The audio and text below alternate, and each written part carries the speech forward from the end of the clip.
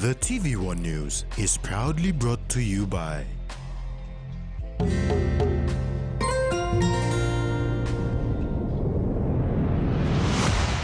BSP, our bank, our people.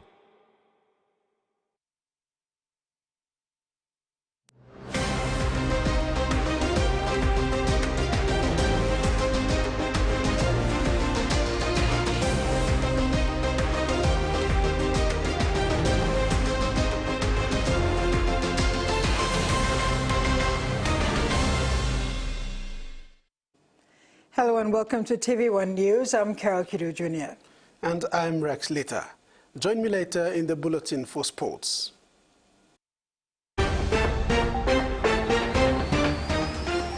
In this edition, relief supplies into Mulitaka continue this week, arrests made over illegal sale of textbooks, and Johnston in POM as Lay Biscuit brand ambassador.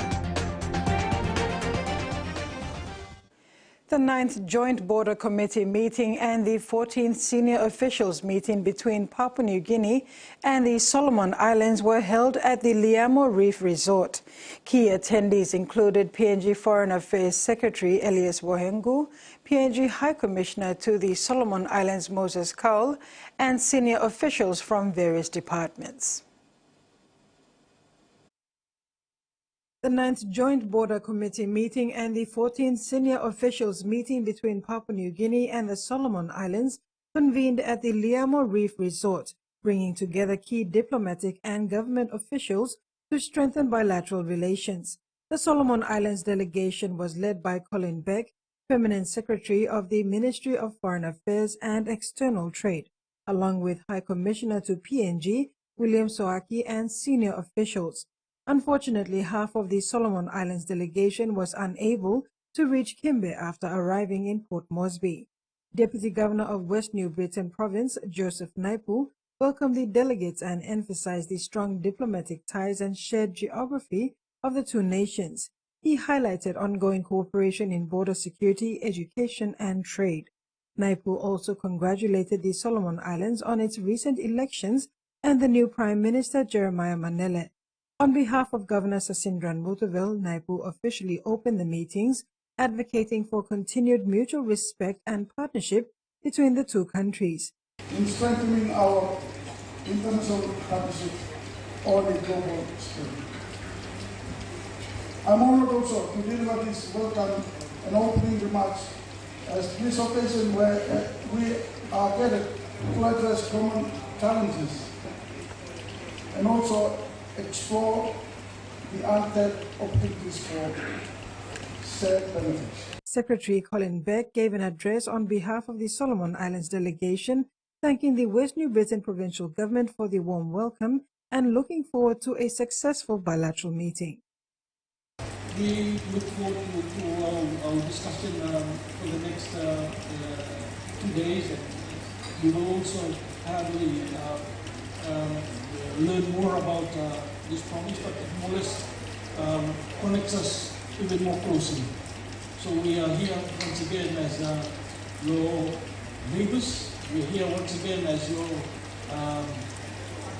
brothers and sisters. And on behalf of our delegation, really want to say thank you so much.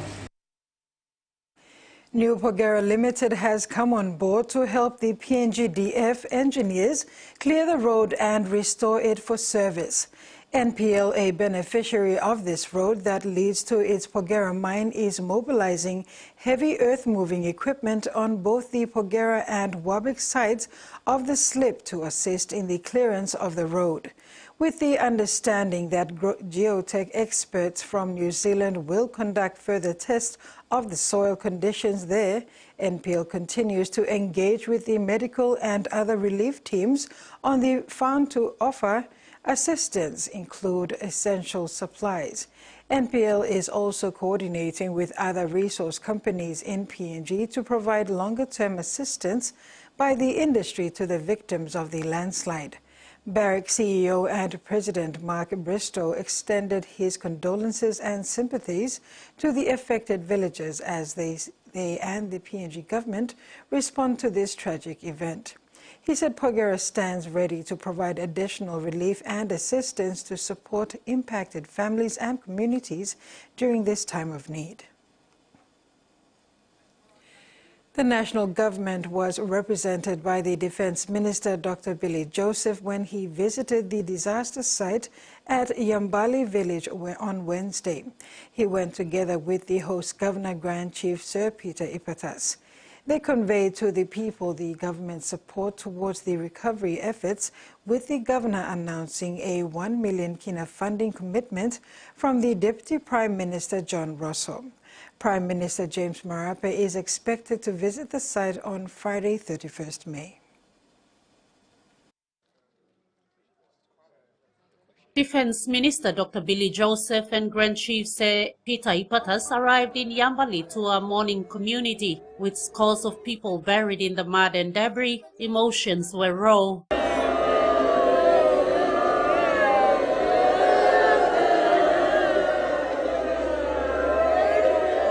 In addressing the people there, Defence Minister Dr. Billy Joseph again reiterated the national government's commitment to the relief and search and rescue efforts following the landslide.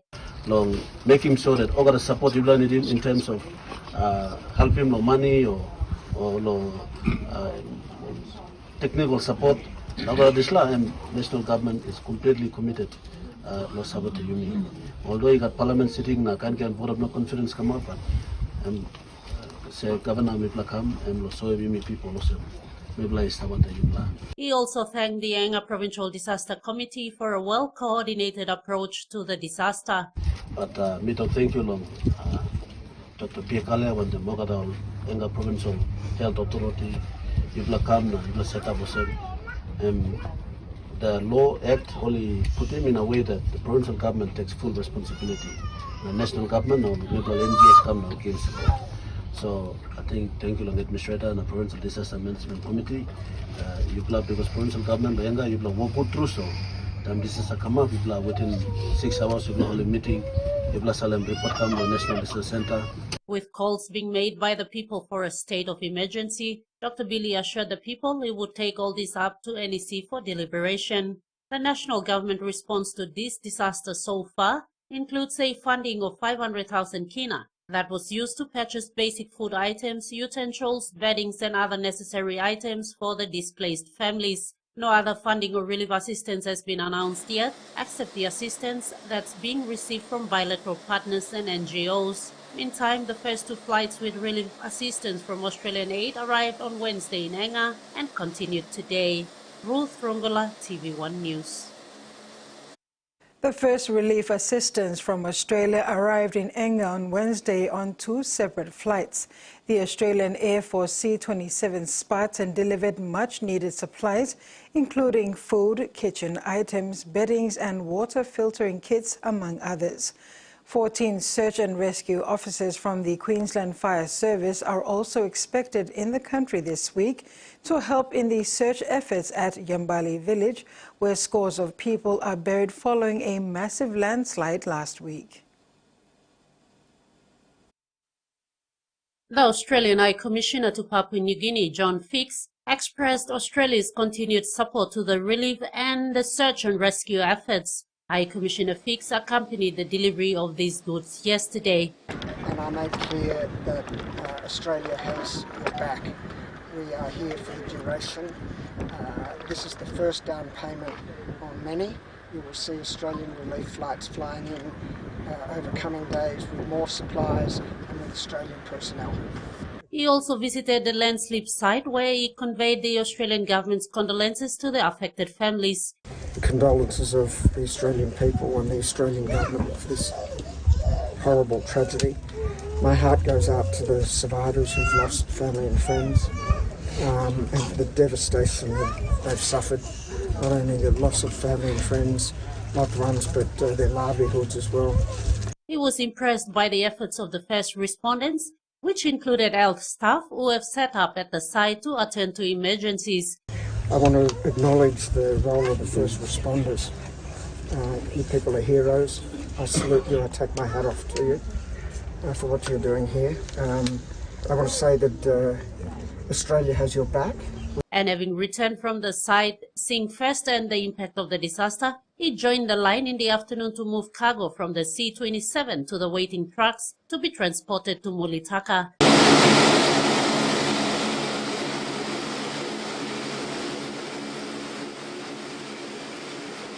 The government has announced a relief assistance package of 2.5 million Australian dollars, and the delivery of the supplies this week is part of this package. The High Commissioner also announced the deployment of search and rescue officers from Australia to Enga to assist in the search and rescue efforts. Initial tranche of 14, which is quite a big team, and of course they're backed by the Australian Defence Force. We've got two C-27s on the ground in Port Moresby and a C-130 as well. Meantime, Enga Provincial Administrator and Chairman of the Provincial Disaster Steering Committee, Sandy Saka, thanked the donor partners, including Australia, for their support. Ruth Rongola, TVWAN News. Meantime, aid from the British government arrived on Wednesday and is now ready to be moved to the disaster site. The British High Commissioner and her team were at the airport last night to welcome the arrival of the first lot of supplies. The Australian Air Force will continue to help in freighting all relief supplies to Enga.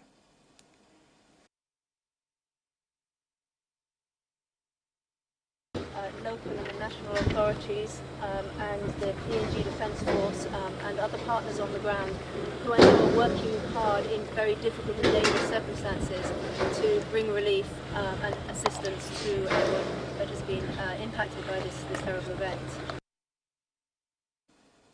You're watching TV1 News. After the break, shop owner arrested for selling government-issued textbooks, and Parliament debate high cost of basic food items.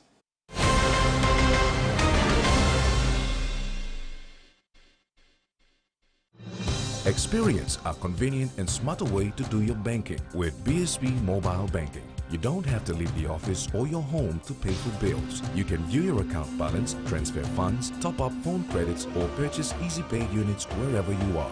Visit your BSB branch today to register now for BSB Mobile Banking. BSB Mobile Banking, the smarter way to bank. BSB, our bank, our people. A true champion is measured by their courage, their determination, and their passion to never give up and to always keep trying. With a delicious Milo and milk taste and added nutrients, Milo and milk is a great way to fuel our little champions with nourishing energy every day. Because true champions give it their all. Milo, PNG and Mia. Find PNG made. Open hands.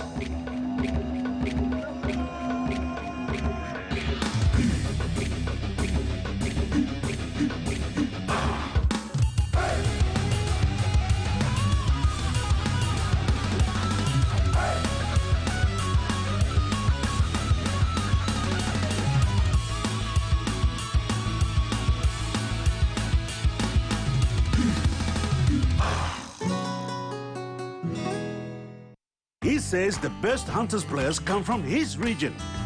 So does she. But there's one thing that brings everyone together. SP Lager, Bunyam Yumi. A quick favorite meal for the day does feel good. Snacks noodles is my choice for a simple meal. It is easy to prepare and fast to cook. And with a touch of flavor and ingredients, quality noodles that can be cooked and enjoyed in many different ways.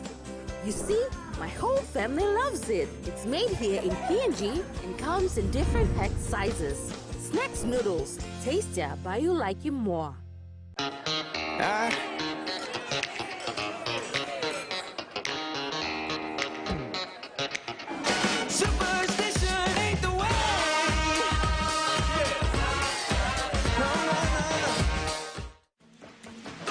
There's an edge. He's gone. Can't be taken by Fletcher. So fair for point. Lofted shot. Through mid-wicket. It's gone all the way.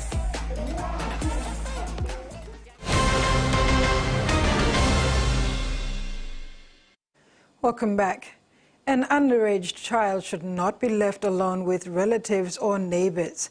New Ireland Provincial Police Commander Albert Belly stressed on this after a complaint was lodged on the sexual assault of a 7-year-old elementary student on Simbury Island in the central New Ireland Rural LLG. Police at the Connors Police Station filed a report that on Saturday, May 25th, a 45-year-old Eastern Highlands man took a 7-year-old girl who was playing with his daughter into the bush and sexually touched the child. This occurred at around 7 p.m. The Hanganofi man was later arrested and charged for sexually penetrating an underage child. PPC Belly called on parents to take extra care of their children. A joint raid by the members of the Department of Education and Gordon's police officers led to the arrest of a shop owner who was involved in selling government-issued textbooks illegally. First Assistant Secretary for Curriculum Development Division, Stephen Tendale, said textbooks for students and teachers issued by the government through the Department of Education are not for sale. Teacher's Guide textbooks for grades 3 to 8, distributed by the Department of Education to schools for free, were seized from a shop by officers from the Department of Education with the assistance of police. The textbooks were being sold, which is against the department's policy. Following reports of illegal selling of these textbooks, the team visited Byron Limited in Port Moresby and arrested the shop owner after a thorough search resulted in the discovery of the government-issued textbooks. The shop owner was then taken to the Gordon police station for questioning. Each textbook has a notice stating that the material is not for sale. However, the notices on the textbooks seized at Byron Limited were covered up. First Assistant Secretary for Curriculum Development Division, Stephen Tandale, emphasized that these government-issued materials are not for sale. Our textbooks for students, our textbooks for teachers, they are free issue by the government of Papua New Guinea through the Department of Education. They are not supposed to be sold. Nobody should be selling them. But we have heard the stories that everywhere in the country and in the main centers especially, the books have been sold. Our textbooks have been sold. Our syllabus and our teacher guides have been sold. They've been stolen or they've been taken away from us somehow. Maybe in the means of the distribution of the books to the schools or somewhere along the way. The Education Department's Principal Legal Officer, Dominic Mylin, said investigations will continue into the illegal sale of these textbooks. But this is illegal and they shouldn't be sold. And we will go further. We will try to identify those people who are selling this and we are going to ask them how they're getting it. Either it's from the schools themselves, is it from the teachers, our own offices? These are things that we don't know. So from now on, we will have to find out how is this book coming out. Gordon Police Station Commander Inspector Gabriel Keeney confirmed that the shop owner was arrested with charges yet to be laid.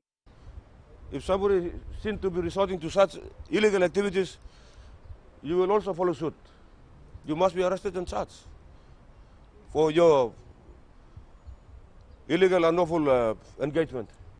About 920,000 textbooks are often printed and distributed to elementary, primary and secondary schools in the country. This is to address the one child, one textbook policy. Susan Oreape, TVWAN News. Governor for East Sepik Alan Bird today brought to the Parliament store items to support his argument on the rising price of goods and services in the country. He brought in tinned fish, a packet of rice, a packet of noodles and a packet of biscuit, the basic food supply consumed every day by grassroots, which now cost higher in recent times. The cost of living in the country is rising at an alarming rate that low-income earners continue to struggle to cope. Governor for East Sepik Alan Bird brought this to the attention of the government today by displaying on the floor of Parliament the basic goods ordinary citizens eat daily.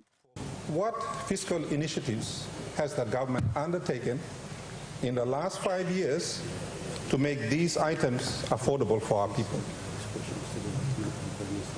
What initiatives you play in Kisim Peninsula? If not, what new initiatives do you have that will make these items affordable? Lol mama blayumi sa hatok lo table market every day, nolin up lo baim na fidim, ol pini blol. Our future. If you have no immediate plans, or if you do have plans, could you tell our hard-working mothers sitting on the table market when you expect, is it end of this year, next year, or the year after, when do you expect that these items will be affordable for our hard-working mothers and our low-income earners? Governor Bird also raised concerns on the minimum wages rate ordinary citizens get in a fortnight compared to the rising prices of goods. He asked the government to outline their plans in addressing this issue. Prime Minister, you're very well aware of the hardships faced by our people due to the cost of living crisis. Now, I just wanted to demonstrate that in 2019, when we came into government and when you were installed as Prime Minister, Papua New Guineans, the lowest income earners, were earning 3 kina 50 an hour, and that equates to 28 kina per day. Even now, 5 years later, our lowest income earners are making 28 kina per day. Prime Minister James Marape, in response, admitted that the government is aware of the rising cost of goods in the country and has introduced measures to help the people. He also blamed the COVID-19 pandemic on the rise in inflation in the country. But when you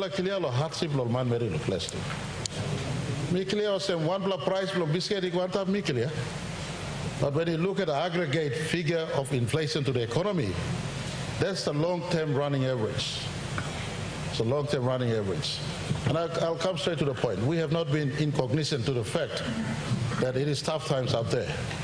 What can we do when COVID-19 shut down the global economy that created and exacerbated double-digit inflation elsewhere? You look at Argentina, for instance, 200% inflation. That's a case in point. So we're not imbeciles running economy on this side.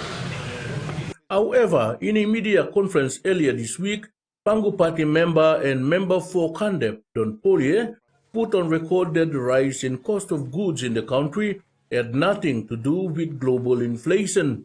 Inflation is on the rise, and it is not caused by the Russian war. It is not caused by any external pressures. It is caused within. Look at the graphs of the Treasury. The inflation that we've seen is not caused by outside pressures. It is caused within local vicinity, within Papua New Guinea. That must be addressed. That is very desperate. He says it is an internal economic issue. Freddie Moe, TVWAN News. Prime Minister James Marape has clarified that all the members of Parliament have the right to move over to any political party on their own accord. Marape made this clear on the floor of Parliament today after Morobe Governor Luther Wenge raised concerns about the division of members of the Pangu Party, some of whom defected to the opposition. Prime Minister James Marape said in Parliament today that members of Pangu moved to the opposition are yet to officially end in their resignation to the party executives. The faction, which includes Finsaf MP and former Minister for Finance Rainbow Paita, defected to the opposition last Saturday, May 25th, 2024. Marape explained that it is entirely on the leaders to exercise their rights in deciding which side of the house they want to be in. None of them whatsoever have submitted an expression of interest to resign from the party. The party is bigger than James Marape. The party is bigger than anyone. The party will live on. It is the party that bettered this country. No other party will hold that record. And for those of us who are here, we owe it to the future of the party to follow decorum, follow due process, uphold the constitution of the party, and uphold the laws of our country to ensure Pangu's placement, not just today, but into the future, is never sabotaged by individual play for power. Governor for Morobe Lutavenge sought clarification from the Prime Minister, saying the friction within the Pangu party is not good for the ruling party and the people they serve. It seems like Pangu challenging the Pangu. Can you clarify the party's position as to whether the members shifting from government from your side, our side, and over there, not clearing consistent with the organic law and provincial, integrity of political parties. They're not clearing themselves, and yet they're doing this thing. Is that good for this country? The Prime Minister went on to announce that Pangu Party Executive Council will meet and decide on the fate of members who left for the opposition. That Pangu Party leadership remains. Pangu Party due process will be followed in as far as our constitution is concerned. It is a party that is better organized than most. It is a party that is not personalized with one person. It is a party that will live beyond James Marape's time as party leader. It is a party that we are proud to be associated with, and in the time that we are here, all of us will be submissive to our party constitution, will be submissive to the OLIPEC law, and of course, with respect to our brothers on the other side, they have responded in respect within the rights of Section 50 in our constitution, and it is entirely up to them, resignation or together, something that they will choose. Thank you. Parliament has adjourned to Tuesday, June 4, 2024 at 10 a.m. Freddie Mo, TVWAN News. And now to the finance news. The kina closed unchanged at $0.2609 US in the interbank market. At Bank South Pacific, our kina was buying $0.2534 US, $0.3806 Australian dollars, $0.2271 euro, and 39.68 Japanese yen. Looking at commodity prices at New York close, cocoa and palm oil closed higher, while gold, coffee, copra, crude oil, and copper closed the day lower. And on the stock market, the Dow Jones closed lower, the ASX closed lower, and all ordinaries closed lower as well. TV1 News continues after the break. Stay with us.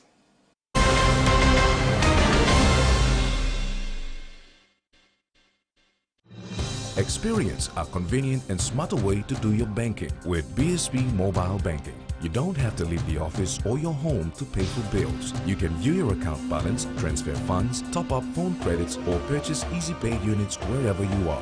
Visit your BSB branch today to register now for BSB Mobile Banking. BSB Mobile Banking, the smarter way to bank. BSB, our bank, our people. Hiya, Mama. You wait then, but me add him special flavor. Put in more flavor, put in more taste. Add your kakaro, get up and big smile on face. Time for kimchi, and a great kumutu. Sip, sip, the moo, yes, magic on you. Maggi, the taste PNG loves. When you're spending time with family, when you've got a big day ahead, when you have given it all you've got, when you're putting on a feast, that's when you want the best. That's when you want flame rice. New flame rice. Win him, Olgeta. Hardware House is more than just a store. It is where quality meets affordability, where culture is proudly celebrated. Spanning 9 provinces, we pride ourselves in offering top-notch customer support and services. We're more than just a store. We're more than a brand. We are Hardware House.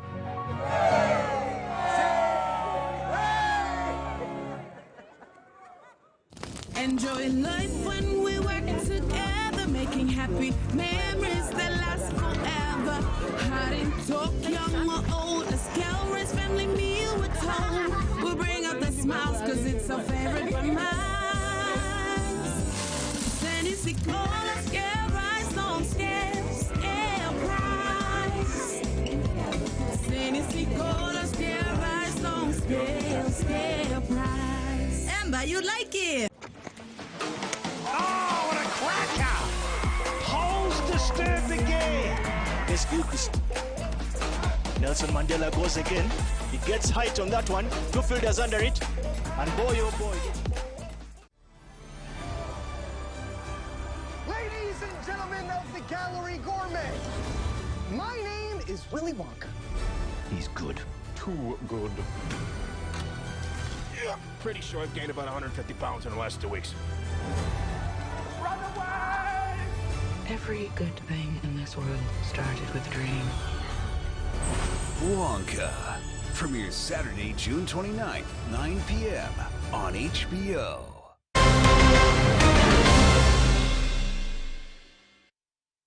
Welcome back. Vanuatu voted on Wednesday in its first referendum since independence, with citizens asked to decide on proposed constitutional amendments aimed at preventing party hopping and curbing political instability. The referendum asked Ni Vanuatu a simple yes or no on whether they support inserting 2 articles into the constitution that are designed to strengthen the country's fragmented party system. Advocates hope the changes will stop lawmakers from switching parties and put an end to no-confidence motions.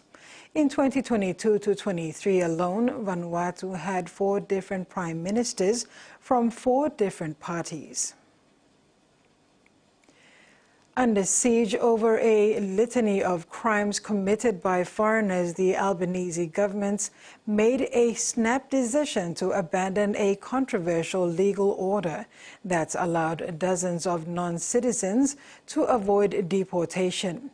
It'll rewrite a ministerial directive stressing the safety of Australians must be put above everything else when appeals are lodged to be allowed to stay here.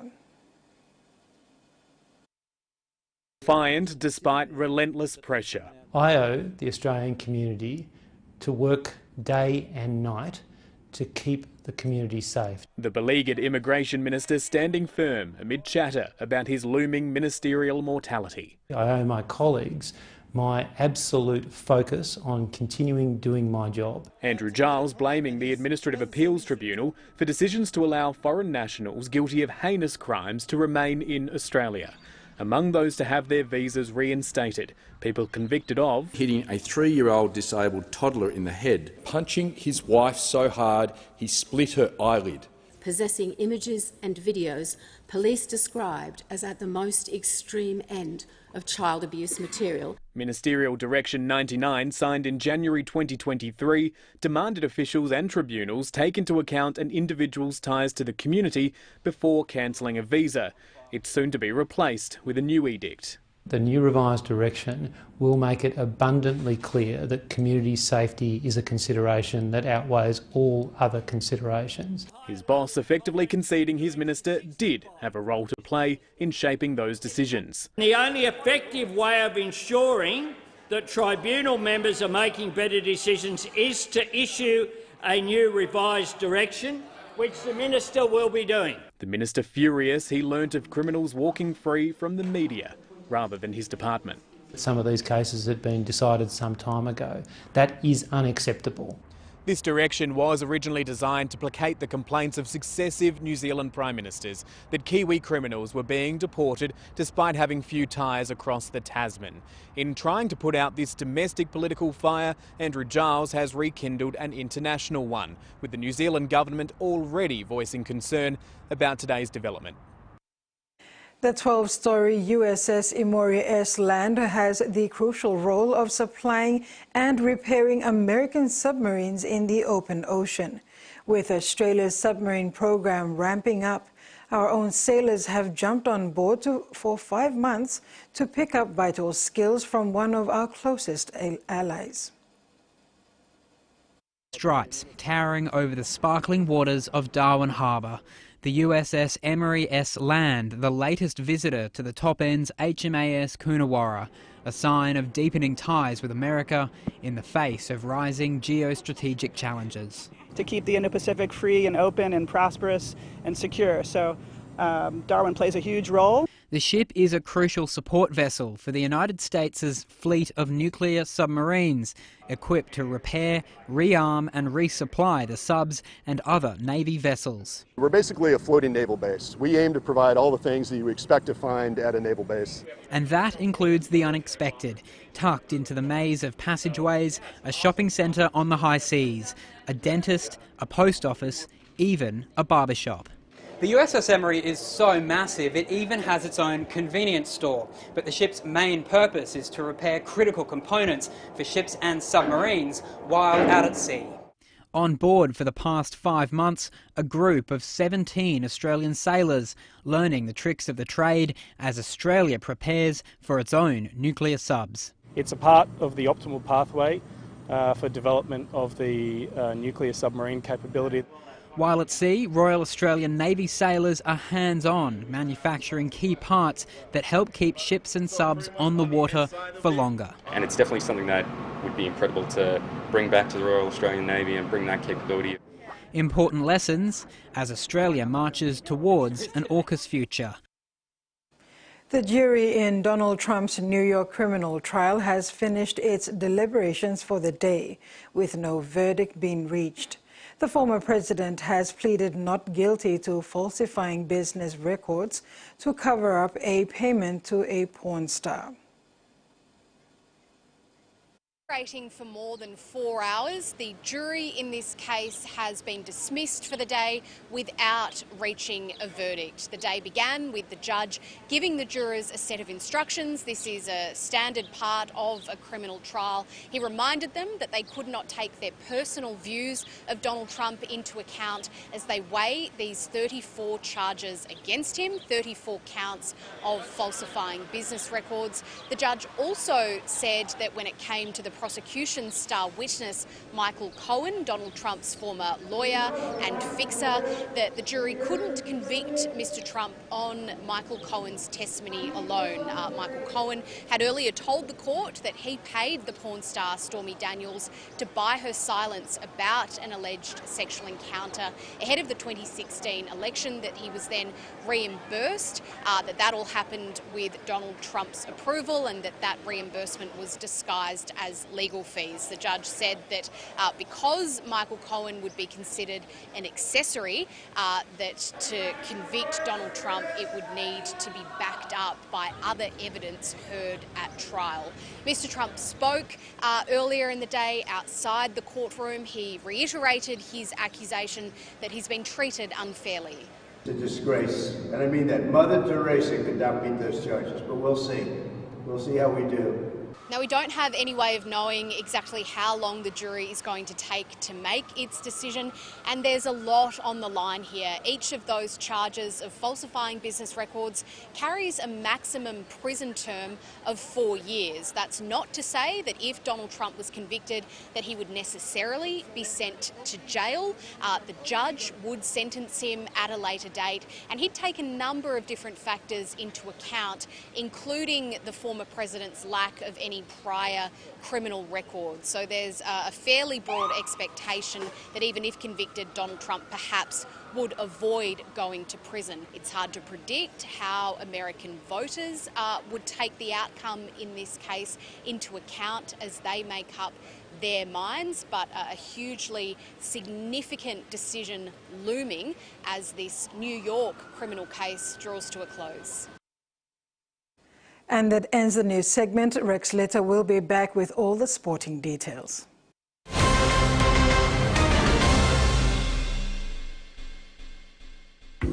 Beauty is my business, but beauty sure is a tough game. Filters are great, but great skin, better. And that's why my skin deserves the best. So I choose self-care, soaps that gently nourish my skin, resulting in a radiant look, made with tropical ingredients. I trust self-care from City Pharmacy, so bring it on! My skin is ready and so am I. Hi, with the help of Palmolive Naturals shampoo and conditioner, with these 3 quick and easy tips, I'm going to show you that more natural, beautiful hair is achievable. Step 1, massage your scalp during washing with shampoo. Step 2, apply conditioner to the tips of your hair. Step 3, gently towel dry your hair. There you have it. For natural, beautiful hair, use Palmolive Naturals shampoo and conditioner. Have a great hair day. Hi, I'm Chef Jules Hennow, and this is where my true inspiration for cooking started. Like most of us, I learned to cook from my mum. Nothing beats simple recipes where fresh local produce is at the heart, especially when it's a home-cooked meal, prepared and shared with the ones you love. And in PNG, no meal is complete without rice. And my choice is always Trukai. Trukai, true inspiration through generations. The PNG LNG project has a positive and long-lasting impact on the whole country. Revenue is delivered through 5 streams. Equity distributions are paid to KPHL and MRDC based on the interest they hold. Tax is paid to IRC, while development levy and royalties are paid to DPE. For more information on direct and indirect benefits, visit PNG EITI's website.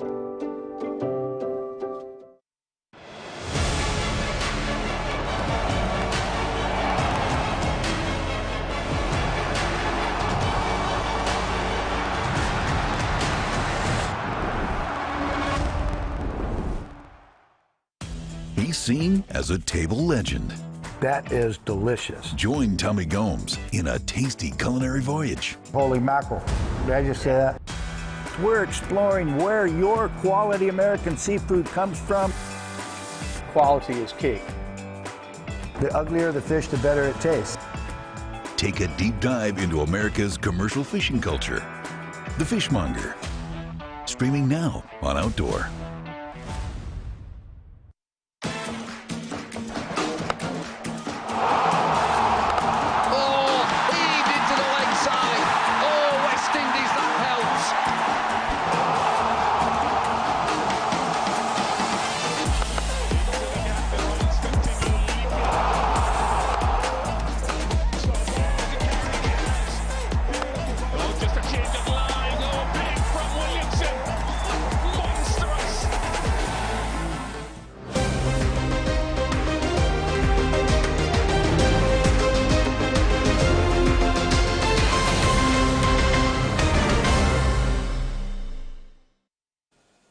Opening our sports segment this evening, the International Rugby League has sent its sincere condolences to all those in Papua New Guinea affected by the deadly landslide in Enga.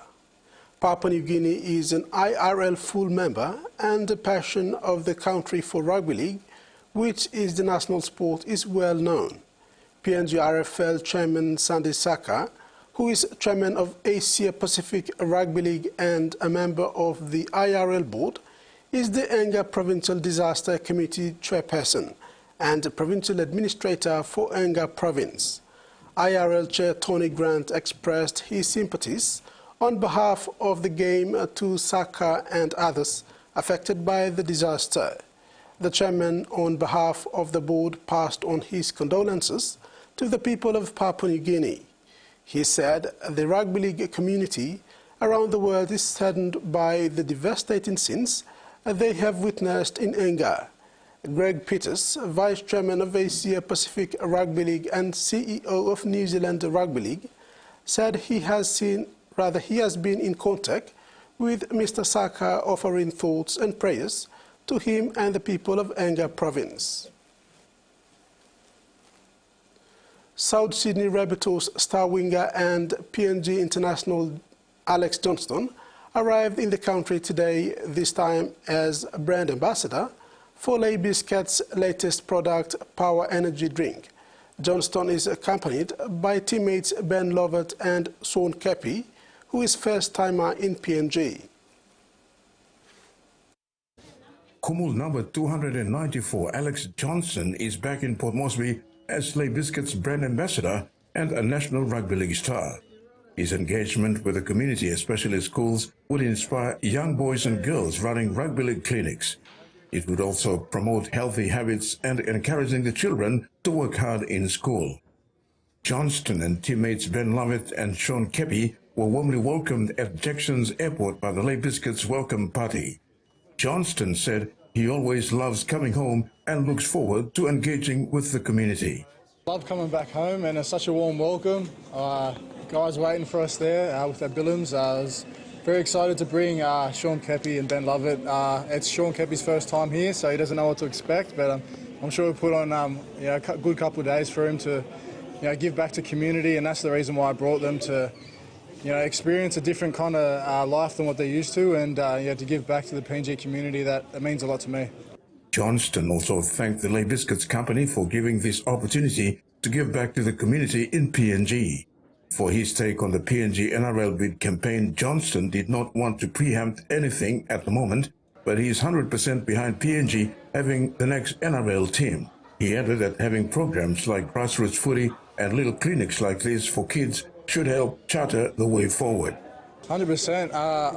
Hopefully. I really think that the next team should be a PNG team. He's Benny Lovett here and Sean Kepi. But yeah, I think PNG really should be the next NRL team. I think it's a no-brainer. Fingers crossed it happens, and it's things like this, like grassroots footy, little clinics like this, and giving back to the kids and showing them that there is a path into the NRL. I think that's the main thing. Ben Lovett and Sean Kepi were equally excited and looking forward to the PNG experience. No, I'm really excited. It's my second time. I came here when I was a young kid when I was 15, did a bit of footy stuff, so it's good to be back here and experience it again, and happy to be along with AJ and meet some good people and get around some good stuff. It'd be great, yeah. Pretty cool welcome. Pretty excited to get out there and meet everyone, go to some clinics. It'll be a good time. Terry Longwood, TVWAN Sports. Papua New Guinea men's cricket national team Barramundis will face the might of the West Indies without fast bowler Jack Gardner, who sustained injury during a training session. The Barramundis team management said that Gardner broke a finger during a practice catching session at the Brian Lara Cricket Academy in Trinidad over the weekend. The team doctor confirmed the fracture after X-ray were taken and advised that Gardner will be unable to play in the first match against West Indies on June 2nd in the ICC Men's T20 World Cup at Guyana National Stadium. Gardner will be unable to participate in the first match, but the team management is hopeful that with careful treatment and recovery, Gardner will be available for the later matches. 14 athletes left for Fiji today for Oceania Championships, joining the other elite athletes who have already arrived in Suva from the Gold Coast and the USA. Joining them on the Brisbane Nadi flight this evening will be Caro Iga, Sharon Toako, Relly Caputin and team manageress Nola Penny. Athletics PNG President Tony Green, when seeing off the athletes today, said the championships will give some of our elite and up-and-coming athletes quality competitions competing against best athletes from the region, including Australia and New Zealand. The athletes will compete in the Continental Tour meet on Saturday afternoon, which serves as a lead-up to the championships, which gets underway in earnest next Tuesday.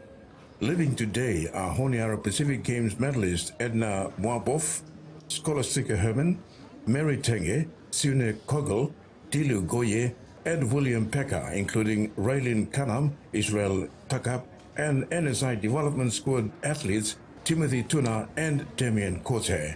So this area championship, as I said, it's a big meet. It's important for the high standard athletes because it's one of the qualification events for the Olympics.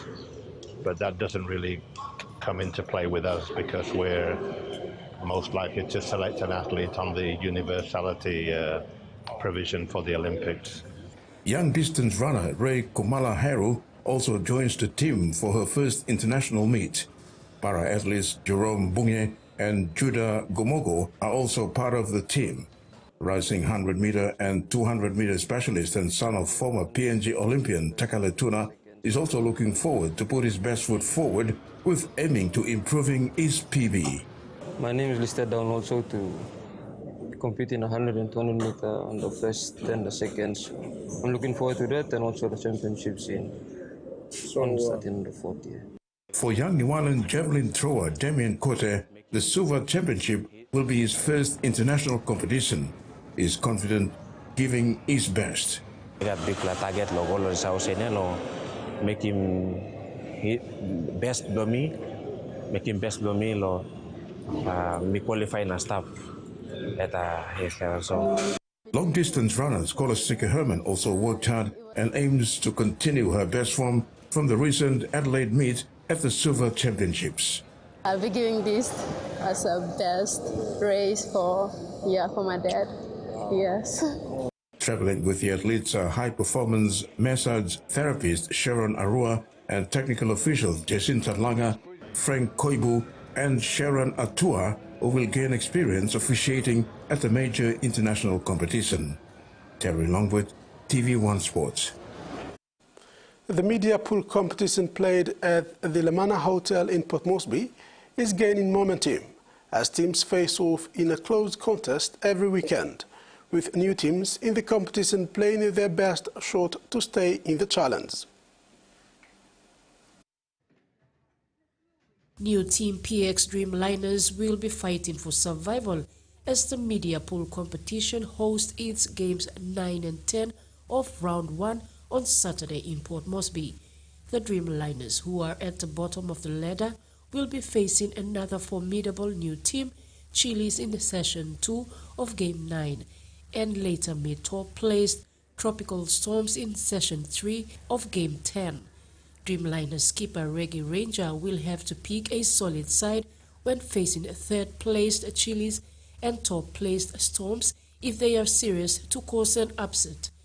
In other session 2 matches, Nkit plays National Housing Commission, Auditor General to audit Pacific Dragons books, and Tranglish faces NTIL Potters.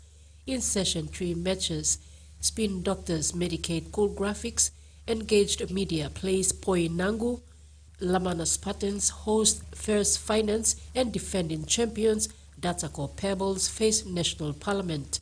The competition has so far been good, with teams urged to adhere to the rules and regulations of the competition as challenge intensifies. Susan Oriape, TV1 Sports. That's all we have in sports. Carol. Thank you, Rex. And now we'll have the weather forecast for the main centers for the next 24 hours.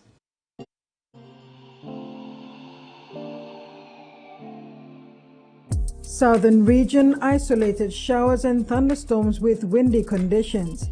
Port Moresby, mostly fine, partly cloudy. Homase, scattered showers and isolated thunderstorms. Lae, partly cloudy with some rain showers. New Guinea Islands, scattered showers and thunderstorms with areas of rain. Kokopo and Rabaul, cloudy with some showers and possible thunderstorm. Highlands, scattered showers and isolated thunderstorms. Mendi, Tari and Wabeg, partly cloudy with few showers and possible thunderstorms. Ocean forecast. Coral Sea, seas rough to very rough with southeast winds of 25 to 33 knots. Bismarck Sea, seas slight to moderate, becoming rough over southern to western sector with southeast winds of 10 to 15 knots, reaching 25 to 33 knots over southwestern sector. Coastal waters forecast. Waters of southern PNG and Indonesian border to Daru to Kiwai Islands to Kerama to Yule Island to Hood Point to Samurai Islands. Seas 2 to 2.5 meters, rising to 3 to 4 meters along gale warning areas. Waters of Samurai Island to Cape Vogel and all Milne Bay Islands, seas 1.5 to 2 meters, rising to 3 meters at times. Waters of Finchafen through Whittier Strait to Siasi and Long Islands, seas 2 to 2.5 meters, rising to 3 meters. And that ends another edition of TVWAN News. Thanks for your company. Bye for now.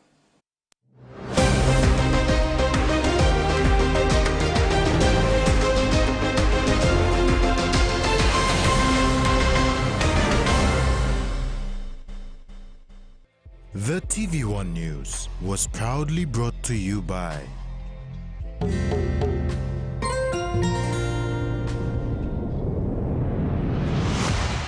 BSP, our bank, our people.